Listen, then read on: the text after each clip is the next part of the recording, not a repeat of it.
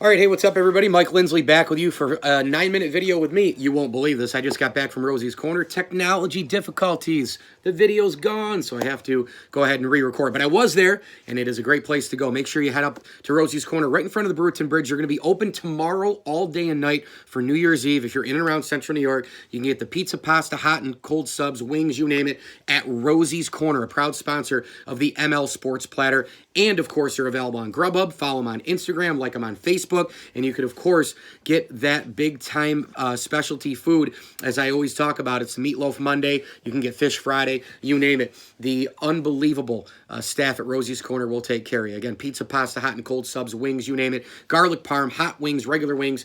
It's amazing there. Go to Rosie's Corner. Jason, Jody, and the gang doing an amazing job. So I wanted to talk over the 9 minutes here about the Buffalo Bills and what the season has kind of been like, the season synopsis, and then reasons why I feel good going into the game against the Texans this Saturday in Houston in the Wild Card Showdown. Number one, really good reason to feel optimistic. Buffalo Bills have a real X factor with Sean McDermott because he, of course, was in Carolina with Ron Rivera. And I read an article in The Athletic this morning about how McDermott is probably going to look at a lot of the game tape from earlier this year when Carolina absolutely stymied the Houston offense. If you remember that game, Deshaun Watson was all over the place. He was missing his spots. He was throwing multiple interceptions. And it was a game in which Deshaun Watson literally had to, because of how he is as a leader, he had to go back out to the exact same spots with a coach for an hour after the game and pinpoint his throws so that he could correct it. Now, clearly, he obviously did something in that session because he was on fire after that, and Deshaun Watson and the Texans won the AFC South. But that's a really cool thing in the playoffs when you have a head coach in Sean McDermott and how he prepares and all the rest and the discipline he has to go reach out to a friend and talk and watch film in terms of how to beat your opponent. I think that's a big thing. Number two, the Bills, Week 17, didn't have to worry about anything. You already knew you were in the fifth spot, which allowed Buffalo to completely rest everybody. Now, there were a few guys, including Josh Allen, Ed Oliver, and a few others who had a few reps, but for the most part, it was a total week off for the Bills in terms of game day, and I love that fact. This is the first time in a long time that the Bills didn't have to worry about anything. They knew exactly who they are, what spot they had. The only question was, are you going to Houston or are you going to Kansas City? And we had to watch the games play out and the day's events play out. As it turns out, of course, Kansas City wins. The Patriots lose. The Texans, of course, lose to the Tennessee Titans. And so, therefore, the Bills are heading to Houston to play 4:35 on Saturday, where everybody should be rested. Devin Singletary, Josh Allen, John Brown, Cole Beasley, the entire offensive line, Jerry Hughes, Jordan Poyer, Micah Hyde. Everybody should be all ready to roll. Matt Milano, Tremaine Edmonds. You've got a lot of rest for the Buffalo Bills. Another reason I think to feel really, really good, I think the Bills are a healthier team across the board anyway, regardless of the last week of the season, and it has a lot to do with Will Fuller, the talented number 2 wide receiver for the Houston Texans. This guy has not been healthy for a few weeks now, and he is the real sneaky X-Factor target for Deshaun Watson. When you look at the Bills' defense, Trey White has gone up against a lot of number 1 receivers this year, including Amari Cooper, Jarvis Landry, Odell Beckham Jr., you name it. He's gone up against everybody, and for the most part, he has shut everybody down. Trey White will be on DeAndre Hopkins in this game down in Houston against the Texans, but the question is, what's Fuller's status going to be? I think the Bills' defense, they're not going to get a lot of answers before Saturday, but it might not matter because even if he plays, he probably is only going to be about 70%, and the Bills can eat that up a little bit. Now, after Fuller, who do the Texans have down the field? Who do they have as wide receivers? They don't have a lot of guys. They don't have a ton of playmakers. They may rely a lot on Carlos Hyde, which could spell trouble for the Bills because they have had trouble stopping the run all year, from Saquon Barkley to chunk yardage with Ezekiel Elliott to Miles Sanders at home against the Philadelphia Eagles. Obviously, Nick Chubb and Sony Michel gave them problems as well.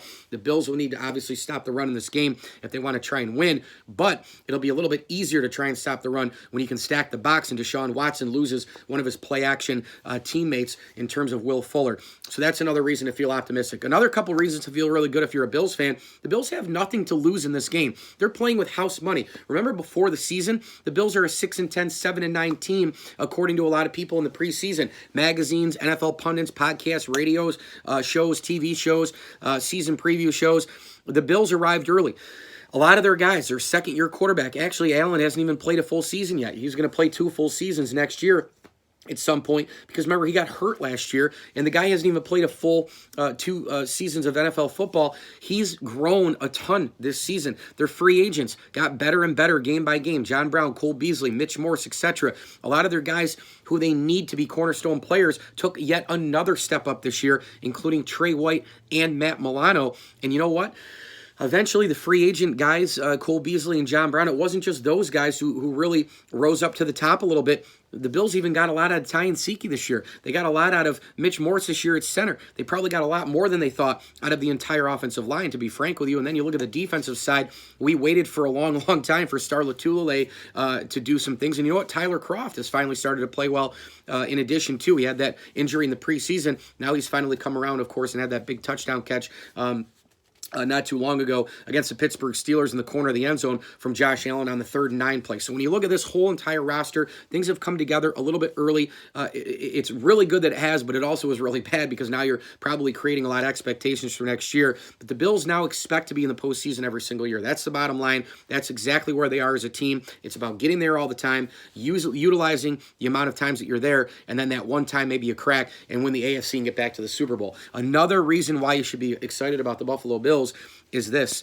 This team was unreal on the road this year. This team won every single game except one on the road. That game was at Cleveland. And, of course, that game could have been won if Josh Allen had teardropped one throw down the field. This team right now, they don't give a crap about the stage and the road playoff, not playoff. They won against Dallas on Thanksgiving Day. They won a Sunday night game against the Pittsburgh Steelers with everything on the line in terms of winning to get in. This team, they don't worry about the road games. There's no question about it. Remember, the Cowboys and Steelers both are trademark, landmark, feature NFL franchises and have been for decades. Tons of success, multiple dynasties and the rest. And you look at the Buffalo Bills, they went in and took care of business with over 53 million people watching combined in both of those games. So the Bills going on the road, that is no big deal to them. They've won everywhere but one place. They won the toss-up games. They won when they really had to.